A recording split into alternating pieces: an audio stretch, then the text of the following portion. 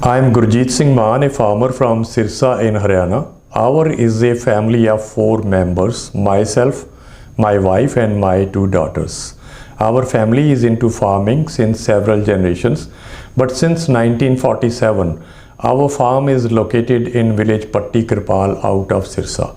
My grandfather, my father farmed on the same farm where I do it now. Before the advent of BT cotton, we had hybrid cottons. Prior to hybrids, we grew American cotton, also known as Narma, apart from the domestic Desi cotton. I heard about BT cotton being illegally grown in Gujarat. I and my farmer friends had a natural curiosity about why it is not allowed and why farmers are eager to get and grow it. Over some time, some of these BT cotton seeds reached even nearby Punjab area, and news about its potential of resisting damage due to bollworms spread by word of mouth. Positive and negative news about BT cotton started pouring in regularly, but farmers filtered it in their own earthy manner, and we were eager to at least try it out when possible. I resisted the lure of sowing any illegal seed, but did go to see the said BT crop at a location close by. In those days, farmers hardly took the story of legal or illegal seed seriously. For them, a seed is a seed always. Yes, it can be a good seed or not good seed at the most. The stories following the success of these F2 seeds were encouraging, as this was the time when everything failed to contain the havoc of bollworms.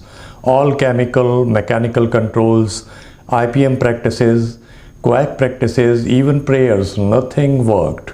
The BT seeds were a ray of hope. In this, many were duped, as the BT seeds they bought was not even a normal hybrid. But that does happen.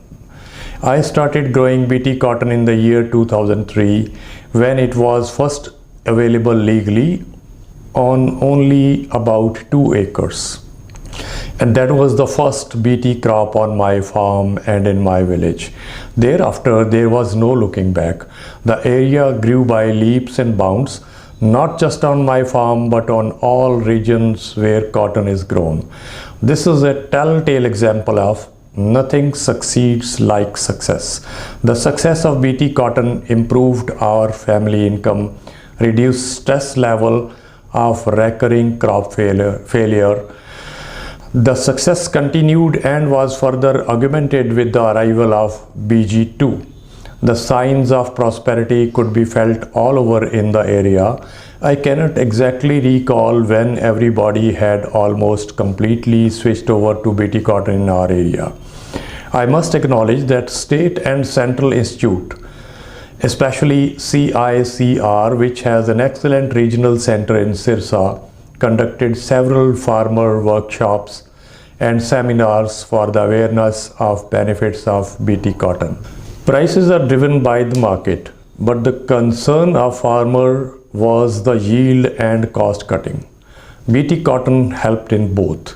Over the time, while BT cotton kept its strong guard over bollworms, climatic changes brought in newer challenges to cotton. It was in the form of viral diseases, frequent attacks of sucking pests, thrips, etc., etc. Whiteflies, yes, whiteflies were terror. The reduced load of pesticides started rising again to control these problems. Slowly it became harder to manage, and these new threats were as unpredictable as they were in the bollworm attack prior to BT cotton era. Same story of IPM, do this, don't do this, etc. making rounds. I was aware of HT cotton being in trials and in the regulatory pipeline. In fact, in my district, there were official trials going on both in public and private sector. The researchers were very introvert and tight-lipped, but I could cull the information that the present sucking pests problem has an indirect solution with this third generation herbicide tolerant BT cotton.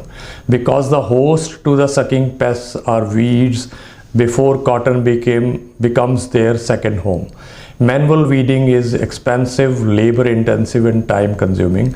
The HT cotton can give an easy route to weed management. I also could hear and know from science journals about upcoming potentials of GM crops, not just in cotton but in variety of other crops as well. We were and are waiting for BT brinjal, BT mustard, BT corn and BT soya crops. The unnecessary delay and continuing threats made me bit averse to cotton, and also I had a more viable crop, basmati rice, which suited my farm soil type. I phased out BT cotton for basmati rice, but love for cotton farming kept my interest always in the cotton seed technology.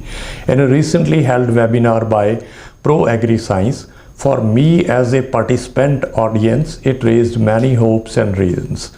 That right kind of next generation BT seeds hold big promise. Rice crop is only a stopgap arrangement, as there is enormous pressure to discontinue water hungry crops. Just in case any ban is enforced, then we need good BT cotton seeds, better than what we have now, since these are already sown elsewhere. So I do feel that government will let us get these anytime soon. Take it to the farm, give us the options of better seed technology. We will pick up the best.